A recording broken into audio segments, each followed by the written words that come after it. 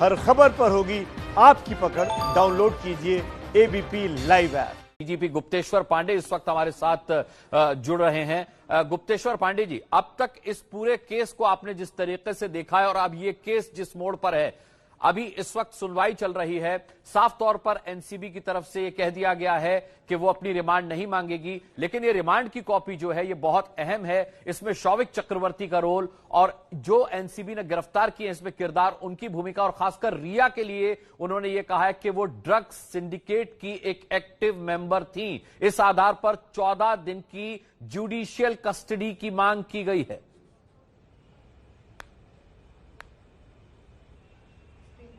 हाँ, तो इसमें क्या बात है, ये तो केस है और ड्रग सिंडिकेट की एक्टिव मेंबर थी, तो यही प्रावधान ही है। 14 दिन की जुडिशियल कस्टडी की मांग की जाती है, तो नेचुरल है। ये इसी तरह से होता है। तो अब तो ये एस्टैब्लिश हो गया ना कि ड्रग से इनका कनेक्शन था। ये तो इसमें मेरा क्या रिएक्शन लेना है? हमारी कोई व्यक्तिगत नहीं, रिएक्शन आपका ये लेना है गुप्तेश्वर हमारे यहाँ पांडे जो जी, बिहार में गुप्तेश्वर पांडे जी, यहाँ पर मसला ये है कि एनसीबी साफ कर चुकी है कि वो अपनी रिमांड, अपनी कस्टडी नहीं मांग रही है और जमानत का वो विरोध करेगी। तो जब एनसीबी अपनी कस्टडी नहीं मांग रही है तो जमानत का विरोध किस आधार पर करेगी, जबकि एनसीबी खुद कह रही है कि रिया जो है वो ड्रग सिंडिकेट की एक्टिव मेंबर है। बात ही नहीं समझते जी, आप बात समझ नहीं, आपने समझा नहीं बात को। आप एक बात समझिए, रिमांड पर किसको लिया जाता है? रिमांड पर किसको लिया जाता है? हम हर अभियुक्त को रिमांड पर थोड़े ही लेते हैं।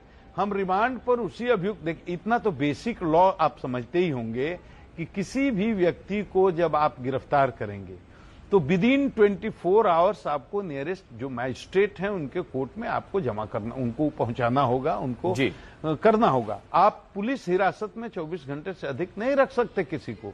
तो 24 घंटे में के बाद तो आपको उनको फॉरवर्ड करना ही है। अब इसके पहले, गिरफ्तारी के पहले अचानक अगर कोई आदमी गिरफ्तार होता है और पूछताछ अधूरी रह जाती है, कुछ जानकारी लेना अधूरा रह जाता है, कुछ और जरूरत होती है उससे पूछताछ करने की, तो हम 24 घंटे के अंदर उसको फॉरवर्ड करके और कोर्ट से उसको रिमांड पर मांगते हैं कि हमें और इनसे पूछताछ करने की जरूरत है, हमें दे दीजिए। रिया चक्रवर्ती से बहुत लंबी पूछताछ हुई है, 50-60 घंटे, पता नहीं कितने घंटे, कई दिनों से हो रही है।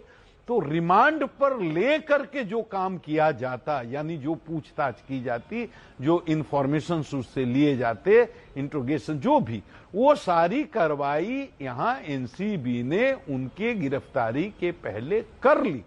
तो अब पूछताछ सारा कर ली, सबूत उसको मिल गए, इनके कनेक्शन एस्टेब्लिश कर गए, हो गए, तो अब इनको गिरफ्तार करके भेज दिया। अब सीबीआई, एनसीबी को इनको रिमांड पर लेने की जरूरत नहीं है। अब केस को इन्वेस्टिगेट करके उनके खिलाफ चार्जशीट देना है और कोर्ट में ट्रायल चलेगा। ये है प्रोसेस जी। और ये जानकारी भी गुप्तेश्वर पांडे जी आपको मिल गई होगी कि रिया के वकील की तरफ से जमानत की पूरी तैयारी है और वो जुडिशियल कस्टडी में रिया को भेजे जाने के फौरन बाद जमानत की अर्जी लगाएंगे और मुमकिन है कि रिया को जमानत भी मिल जाएगी आज। अरे इसमें कोई बड़ी बात नहीं है, कत्ल के केस में भी जमानत तो मिलती है ना। जमानत मिल जाना किसी की जीत थोड़ी ही होती है। कत्ल के केस में, अपहरण के केस में, डकैती के केस में, दुनिया आईपीसी के अंतर्गत भी जितने क्राइम्स हैं, हिनेस क्राइम्स हैं, सब में जमानत होती है लोगों की। खून केस में भी जमानत होती है, अपहरण में भी जमानत होती है। तो जमानत हो जाना जीत थोड़ी ही है। जमानत मिलती है, जमानत के लिए वो कोशिश कर रहे हैं, ये उनका लीगल राइट है, उनको करना चाहिए। कोर्ट का अपना डिस्कशन है, कोर्ट जमानत दे सकती है, जमानत रिफ्यूज कर सकती है, लेकिन उससे केस के नेचर पर कोई फर्क नहीं पड़ेगा। उनको साक्ष्यों के आधार पर उनके खिलाफ चार्जशीट होगा, उसका ट्रायल होगा, उसके बाद सजा होगी। अगर सजा नहीं मिलती है कोर्ट से, वो बरी हो जाती हैं, तब ये माना जाएगा कि वो इनोसेंट थी या उनके खिलाफ पुख्ता साक्ष्य नहीं थे। लेकिन जमानत पर आ जाना, छूट जाना, जमानत के लिए अप्लाई करना बिल्कुल सामान्य प्रक्रिया है, इसमें कोई ऐसी विशेष बात नहीं है। ठीक है, ये जमानत सामान्य प्रक्रिया हो सकती है गुप्तेश्वर पांडे जी, लेकिन आज दोपहर में ही सतीश मानशिंदे जो रिया के वकील हैं, उन्होंने एक ट्वीट किया और उसमें उन्होंने साफ तौर पर कहा कि रिया को 3 केंद्रीय एजेंसी, जांच एजेंसियों ने घेरा हुआ है, सिर्फ इस वजह से क्योंकि वो एक ड्रग एडिक्ट से प्यार करती थी। और साथ ही जिस तरीके से रिया ने कल बांद्रा थाने में जाकर के सुशांत की बहनों के खिलाफ एफआईआर कराई है कि गलत प्रिस्क्रिप्शन से दी गई दवा की वजह से सुशांत की मौत हुई है, आपको क्या लगता है अब सीबीआई जांच कर रही है, ईडी जांच कर रही है, एनसीबी जांच कर रही है, जांच किस दिशा में जाएगी? हम आपको देखिए, हम एक आपको बात बताते हैं। वो तो रिया के जो वकील साहब हैं वो तो बहुत बड़े वकील हैं, वो विधि माने विख्यात विधिवेत्ता हैं और बहुत ही पढ़े लिखे और वो उच्च कोटि के अधिवक्ता हैं।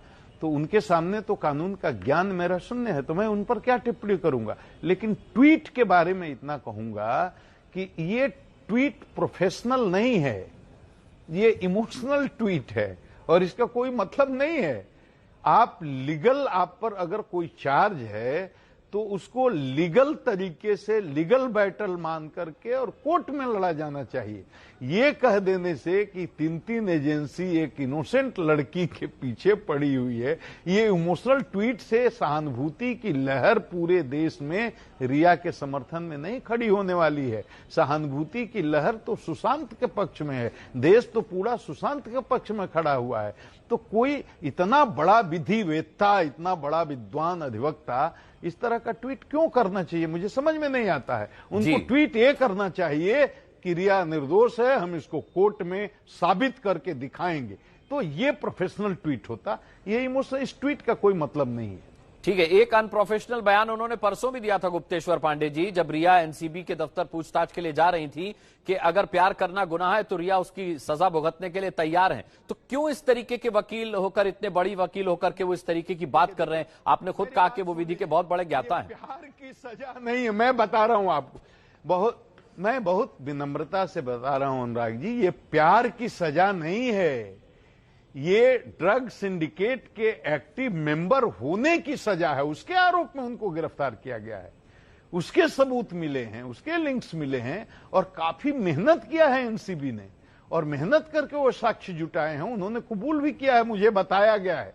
मुझे कोई इसकी आधिकारिक जानकारी नहीं है, मैं उस चैनल में नहीं हूं कि मुझे कोई आधिकारिक जानकारी देगा। मैं किसी केस को फॉलो भी नहीं कर रहा हूं। जिस दिन से सीबीआई ने इन्वेस्टिगेशन टेकअप किया, आप देखिए मैंने कंप्लीट बोलना बंद कर दिया। आज जबरदस्ती मेरा रिएक्शन मांगने लोग आए, पता नहीं रिया की जब बात आती है तो गुप्तेश्वर पांडे से रिएक्शन क्यों मांगा जाता है। वो गुप्तेश्वर जी, इसीलिए आपका रिएक्शन जरूरी हो जाता है क्योंकि आपने जो आशंकाएं जाहिर की थी, जांच भी उसी दिशा में बढ़ रही है और जांच से जो तथ्य निकल करके, जो सत्य निकल करके सामने आ रहे हैं गुप्तेश्वर पांडे जी, वो भी वही है जो अंदेशा आपने जताया था। आपने एक सिंडिकेट की तरफ इशारा किया था, आपने बड़े बड़े लोगों के इसमें शामिल होने की आशंका जाहिर की थी। अब ये जांच जिस दिशा में बढ़ रही है उसी तरीके की सिंडिकेट का खुलासा तो हो रहा है, इसलिए आपका रिएक्शन बहुत जरूरी है। तो अनुराग जी, आप ये प्यार की सजा नहीं है, किसी से प्यार और मोहब्बत करने की सजा नहीं है। इस तरह का ट्वीट करना नहीं चाहिए, ये गुमराह कर रहे हैं लोगों को। हाँ, तो वही मैं जानना चाह रहा हूं गुप्तेश्वर जी, ये कि गुमराह क्यों कर रहे हैं? इतने बड़े वकील होकर के वो गुमराह क्यों कर रहे हैं? इसे प्यार का मामला क्यों बता करके खत्म कर देना चाहते हैं? क्यों इसको एक नया रास्ता दे देना चाहते हैं वो? नहीं, आप किसी से प्यार में हैं तो आप ड्रग का सिंडिकेट चलाइएगा, आप ड्रग पेडलर से ड्रग खरीदिएगा। तो आप ड्रग अगर ले रहे हैं किसी से, तो या तो आप खुद कंज्यूम कर रहे हैं या किसी दूसरे को कंज्यूम करा रहे हैं या उसका ड्रग का आप रैकेट बिजनेस कर रहे हैं। तो ड्रग रैकेट से, ड्रग के रैकेटियर से इनका कनेक्शन स्टैब्लिश हुआ और उसके आधार पर इनकी गिरफ्तारी हुई है। इसमें प्यार कहां से आ गया? हर प्यार करने वाली लड़की ड्रग के रैकेट में चली जाती है क्या? दुनिया में केवल रिया चक्रवर्ती प्यार करने वाली है क्या? और दुनिया की तमाम औरतें, हमारी माताएं बहनें अपने पति से, अपने प्रेमी से प्यार नहीं करती? अपने भाई से, अपने पिता से, अपने सगे संबंधियों से प्यार नहीं करती हैं क्या? तो क्या प्यार की यह शर्त है कि हमें ड्रग के रैकेट में जाना पड़ेगा? प्यार की यह शर्त है क्या, कंडीशन है क्या कि हम प्यार अगर किसी से करते हैं तो हमको ड्रग के सिंडिकेट का एक्टिव मेंबर होना होगा? ये तो हमें बड़ा मजाक लगता है, हमें बड़ा क्षोभ होता है। इस तरह का क्यों लोग बयान करते हैं, इस तरह की बात क्यों बोलते हैं लोग? नहीं गुप्तेश्वर जी, उन्होंने प्यार की है प्यार और वो प्यार में साबित ड्रग्स हुआ नहीं है, दिया और जाता, बहुत ये बात सही serious है। अपराध। नहीं गुप्तेश्वर जी, प्यार में ड्रग्स नहीं दिया जाता, ये बात सही है, लेकिन सतीश मानशिंदे के ट्वीट में सुशांत को ड्रग एडिक्ट बताया गया है। उन्होंने इस शब्द का इस्तेमाल किया है कि वो एक ड्रग एडिक्ट से प्यार करती थी। वो ये साबित करना चाहते हैं कि सुशांत ड्रग्स का आदी था। मैं बता रहा हूं, मैं ये अनप्रोफेशनल अनइथिकल स्टेटमेंट है। वो हमारे आदरणीय हैं, पूजनीय हैं, इतने बड़े विद्वान अधिवक्ता हैं, बहुत उनके प्रति मेरे दिल में सम्मान है, मैं इज्जत करता हूं, मैं उनको प्रणाम करता हूं, लेकिन उनसे मैं हाथ जोड़ के विनती करता हूं, इस तरह का अनप्रोफेशनल अनइथिकल बयान नहीं देना चाहिए। क्या उसके रिश्तेदार हैं? क्या सुशांत के साथ रहते थे? क्या सुशांत के उनके घर में रहता था? कितना दिन से सुशांत को इंडिविजुअल लेवल पर जानते हैं? कब सुशांत को उन्होंने अपनी आंख से ड्रग लेते हुए देखा? कैसे वो सर्टिफिकेट दे सकते हैं कि हुआ ये ड्रग एडिक्ट? ये अनुसंधान चल रहा है तो चलने दीजिए। सच्चाई आप इस तरह से कैसे बोल सकते हैं ऑथेंटिसिटी के साथ? ये गलत है, इस तरह का नहीं करना चाहिए। हम तो रिया जी को पहले भी सलाह दिए थे मीडिया के माध्यम से कि लीगल बैटल को बिल्कुल लीगल तरीके से लीगल फ्रेमवर्क में लड़िए। इस तरह का काम सोशल मीडिया पर या मीडिया पर आकर के और बयानबाजी करने से, अपने लोगों से बयानबाजी करवाने से, या हमको, हमारे जैसे लोगों को जो सुशांत को चाहते थे, चाहते हैं, चाहते रहेंगे, ऐसे लोगों को गाली देने से, ट्रोल करने से, उन पर टिप्पणी करने से, कमेंट करने से आपको क्या लाभ मिलेगा? जी अच्छा, गुप्तेश्वर पांडे जी, एक और अहम बात है कि ये जो ट्वीट करके, जी चलिए छोड़िए सतीश मानशिंदे के ट्वीट को, रिया पर आते हैं। एक बहुत अहम सवाल है, क्योंकि ये जो एनसीबी की रिमांड कॉपी है, इसमें यह भी लिखा है कि रिया ने भी ये कहा है, जो ट्वीट जिसका हम जिक्र कर रहे हैं ना, सतीश मानशिंदे ने जिस तरीके से सुशांत को ड्रग एडिक्ट बताया है, ये एनसीबी ने भी अपनी रिमांड की कॉपी में कहा है कि ये बात रिया ने भी कही है कि सुशांत ड्रग एडिक्ट था, ड्रग्स का आदी था और वो उसके लिए ड्रग्स लाती थी। लेकिन गुप्तेश्वर पांडे जी, आपको याद होगा कुछ दिनों पहले एक चैनल को इंटरव्यू दिया था रिया ने, तब उन्होंने कहा था कि सुशांत ड्रग्स लेते थे और उन्हें अक्सर रोका करती थी। अब साफ तौर पर उन्होंने कबूल किया है कि वो तो ड्रग्स जुटाती थी सुशांत के लिए। देखिए, पहली तो एक बात मैं कह रहा हूं कि सुशांत के लिए ड्रग जुटाती थी, कि अपने लिए जुटाती थी, कि किसी तीसरे के लिए जुटाती थी, कि बेचने के लिए जुटाती थी, मुझे तो मतलब अब ये तो खुद ही अनुसंधान का विषय है। मैं विनम्रता से कहना चाहूंगा, मैं कोई टिप्पणी नहीं करना चाहूंगा, लेकिन एक बात ईमानदारी से करना चाहूंगा, रिया चक्रवर्ती जी के किसी भी बात पर मेरा व्यक्तिगत भरोसा नहीं है, और उनको ये मानना चाहिए कि देश भी उनकी बात पर भरोसा नहीं करता। लेकिन गुप्तेश्वर पांडे जी, किस बात पर भरोसा किया जाए? ये तो उन्होंने साफ तौर पर स्वीकार किया है ना कि वो ड्रग सिंडिकेट चलाती हैं, बाकायदा ड्रग सिंडिकेट का हिस्सा रही हैं। अब सवाल ये उठता है कि मामला जो था वो सुशांत की मौत का मामला था। जी बोलिए। ये तो जब उनकी, अनुराग जी, ये तो जब उनकी घेराबंदी हुई, उनके खिलाफ जब साक्ष्य पुख्ता जुट गए, तो रास्ता क्या था? उनको मानना पड़ा, उनको स्वीकार करना पड़ा। ये उनका स्टेटमेंट नहीं है, वो साक्ष्यों के आने के बाद उनको मानना पड़ा। उनके पास she had no option, she had to accept this कि ड्रग रैकेट से, ड्रग सिंडिकेट से वो जुड़ी हुई थी, उनको मानना पड़ा। एक बहुत अहम सवाल है गुप्तेश्वर पांडे जी आपके लिए। जी एक बहुत, जी जाहिर सी बात, एक बहुत अहम सवाल है गुप्तेश्वर जी। सवाल यह है कि कल संदीप सिंह जो सुशांत के दोस्त हैं, वो एबीपी न्यूज पर थे और उन्होंने साफ तौर पर कहा कि अपनी जानकारी में वो रिया को नहीं जानते थे। वो सुशांत के मुंह से भी उन्होंने कभी रिया का नाम नहीं सुना था। इसके अलावा उन्होंने ये भी कहा कि हां, यह बात सही है कि सुशांत के घर वाले मुझे नहीं जानते थे, क्योंकि सुशांत के परिवार वालों ने कहा था कि संदीप सिंह कौन है ये हम नहीं जानते। सवाल ये उठता है कि अब ये मामला जो सुशांत की मौत की जांच से शुरू हुआ था, एक ड्रग सिंडिकेट की तरफ जा रहा है। आपको क्या लगता है कि भले कितने भी खुलासे हो जाएं, कितने भी बड़े बड़े सेलिब्रिटीज और नेताओं के नाम आ जाएं, क्या जांच उस अंजाम तक पहुंच पाएगी कि सुशांत की मौत की वजह क्या थी, उसके पीछे का सच क्या है? अच्छा, हमको एक बात बताइए अनुराग जी, मैं बहुत सीधे ढंग से साधारण आदमी हूं और साधारण ढंग से अपनी बात को समझाता हूं। वहां एडीआर हुआ ना, अननेचुरल डेथ का केस हुआ रजिस्टर ना जी, तो 60 दिन में 2 महीने में क्या पता चला और क्या नतीजा है? कुछ नहीं। और 14 जून को इनके मौत, सुशांत की मौत होती है, 20 जून तक तो ये न्यूज से गायब हैं। पूरे दुनिया को लगा कि ठीक है, मर गए, खत्म हो गया मामला। उसके बाद कहां कोई प्रिंट मीडिया में, इलेक्ट्रॉनिक मीडिया में कहीं कोई न्यूज था क्या? और ये रिया चक्रवर्ती एक्टिव सिंडिकेट की, एक्टिव ड्रग सिंडिकेट की एक्टिव मेंबर है, ये बात भी दुनिया में कैसे आती और किसको पता चलता? अगर बिहार ने एफआईआर नहीं किया होता, अगर हमने अपने अफसर को वहां नहीं भेजा होता, अगर ये मामला सीबीआई को सुप्रीम कोर्ट ने नहीं दिया होता, और मामला इतना हाईलाइट नहीं हुआ होता, एनसीबी बीच में नहीं आई होती, ईडी बीच में नहीं आई होती, सीबीआई बीच में नहीं आई होती, तो मामला खत्म था। रिया चक्रवर्ती के इस कनेक्शन को कौन जानता था? तो आप थोड़ा सा भरोसा रखिए, सीबीआई प्रोफेशनल एजेंसी है और केस की प्रकृति पर डिपेंड करता है, टाइम लगता है अनुसंधान करने में, साक्ष्यों को जुटाने में। मुझे तो पूरी उम्मीद है कि सच्चाई आएगी, सच्चाई सामने आएगी, क्योंकि रिया ने जी, और ऐसे केसेज में समय लगता है ऐसे केसेज में, लेकिन आदमी को धीरे से प्रतीक्षा करनी चाहिए। लेकिन गुप्तेश्वर पांडे जी, पुलिस अगर सहयोग करेगी जी तो जल्दी होगा।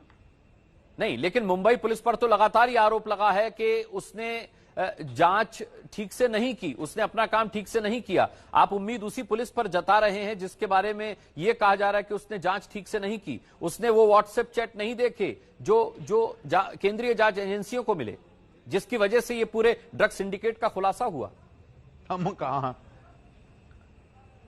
हम अनुराग जी, हम कहां उम्मीद जता रहे हैं? हम तो एक कंडीशन बता रहे हैं, provided if Mumbai police cooperates with CBI. हम ये कह रहे हैं कि अगर मुंबई पुलिस सीबीआई को सकारात्मक ढंग से सहयोग दे तो इस केस को खुलने में कम समय लगेगा और सारे चेहरे बेनकाब होंगे। लेकिन गुप्तेश्वर पांडे जी, अगर मुंबई पुलिस सहयोग कर ही रही होती तो माननीय अदालत को ये क्यों कहना पड़ता कि मुंबई पुलिस सहयोग करे सीबीआई का? साफ तौर पर ये स्टेटमेंट था कोर्ट की तरफ से मुंबई पुलिस के लिए।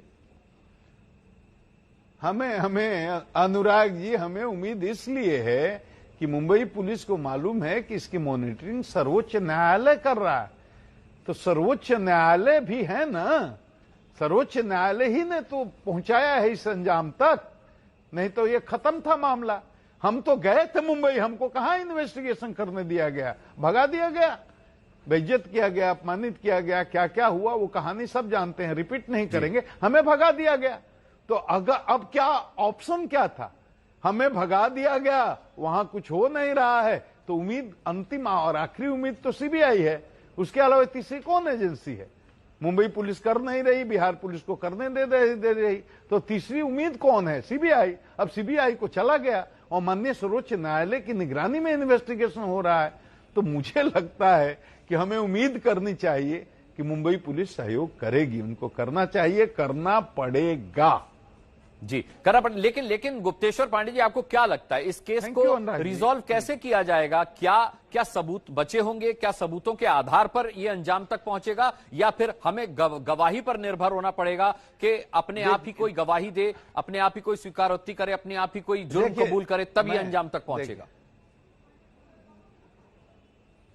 नहीं अनुराग जी, देखिए, आप जानते हैं अनुसंधान में कई तरह के साक्ष्य होते हैं, जिसको एविडेंस बोलते हैं ना, documentary of evidence, medico legal evidence, hearsay evidence, I witness evidence, बहुत तरह के एविडेंसेज होते हैं। सर्कमस्टेंशियल एविडेंस, इस केस में तो सर्कमस्टेंशियल एविडेंस बहुत इंपॉर्टेंट होगा, और फिजिकल एविडेंस, मटेरियल एविडेंस, तो पीओ का एग्जामिनेशन या पीओ का जो फॉरेंसिक जांच, फोटोग्राफी, वीडियोग्राफी, वो तो बहुत चीजें तो इसमें छिन्न भिन्न नष्ट हो गई हैं।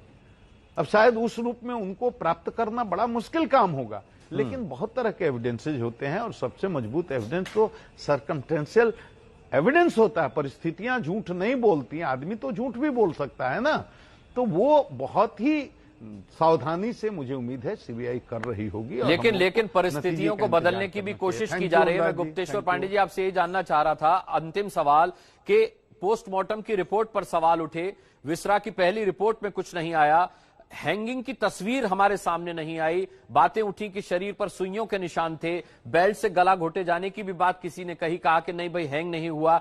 ये सारी बातें उठने के बाद, इतने दिन बीत जाने के बाद आपको क्या लगता है कि कौन सा ऐसा सबूत, परिस्थितिजन्य सबूत भी सामने आ सकता है जो ये बताए कि ये आत्महत्या थी या हत्या थी, और हत्या थी तो किसने की थी? अनुराग, जितने आप सवाल बोल रहे हैं ना, सब ये चीजें देश के सामने आ गई हैं, जनता ने सुन लिया है, टीवी चैनल पर इसकी बहस हो गई है। आप जितना बात बोल रहे हैं बिल्कुल दुरुस्त बोल रहे हैं, और इसके आगे भी बहुत सारे सवाल हैं। लेकिन इसके बावजूद, चूंकि मैं पुलिस का आदमी हूं, मैंने 34 साल पुलिस में काम किया है, मैं सीबीआई को जानता हूं, बहुत ही एक्सपर्ट लोग उसमें होते हैं, बहुत प्रोफेशनल लोग होते हैं, तो मेरी उम्मीद तो मरी नहीं है।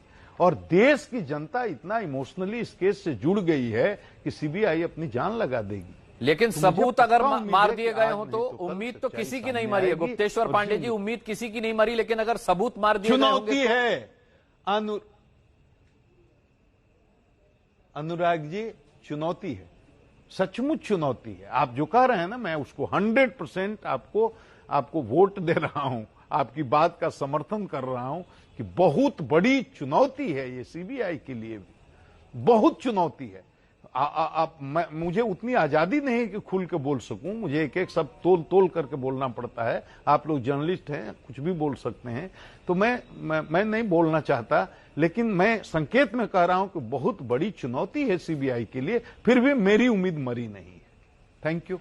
बहुत बहुत धन्यवाद गुप्तेश्वर पांडे जी, आपने हमसे बात की और तमाम पहलुओं को समझने और समझाने की कोशिश की। गुप्तेश्वर पांडे जो हमसे बात कर रहे थे, और साफ तौर पर उन्होंने उम्मीद जाहिर की। उन्होंने कहा सीबीआई के लिए बहुत बड़ी चुनौती है सुशांत के सच तक पहुंचना, लेकिन उन्होंने उम्मीद जाहिर की कि सीबीआई इस पूरे मामले को एक जायज अंजाम तक पहुंचाएगी। 4 तस्वीरें आपके सामने।